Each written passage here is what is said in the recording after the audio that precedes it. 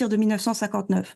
Ben, en réalité, si on regarde l'avis du Conseil d'État qui a été rendu en mars 2023 sur la base du projet de loi, il est bien clair qu'il y a un nouveau cas qui est prévu de réquisition sous l'initiative du président de la République.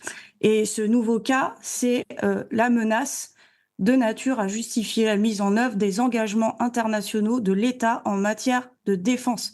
Et ce qui est problématique, comme l'a dit tout à l'heure Ariane, c'est que cette menace soit actuelle ou, si elle n'est pas immédiate, seulement prévisible.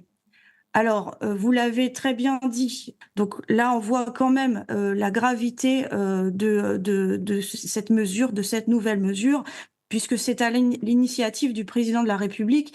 On rappelle que les sanctions sont lourdes.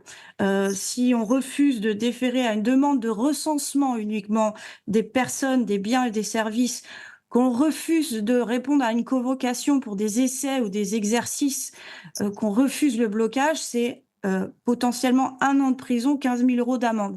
Et ça, c'est aussi une mesure nouvelle, cette sanction. C'est le gouvernement de Madame Borne qui a introduit cette information. Après, si on refuse, ah oui, c'est grave. Et ça concerne donc le patrimoine des Français, leur vie et aussi les entreprises qui pourraient être réquisitionnées. Et si on refuse, deuxième effet, si on refuse d'être réquisitionné, si on refuse d'aller au front, c'est 5 ans de prison et 500 000 € d'amende. Donc c'est loin d'être anodin. Bien sûr.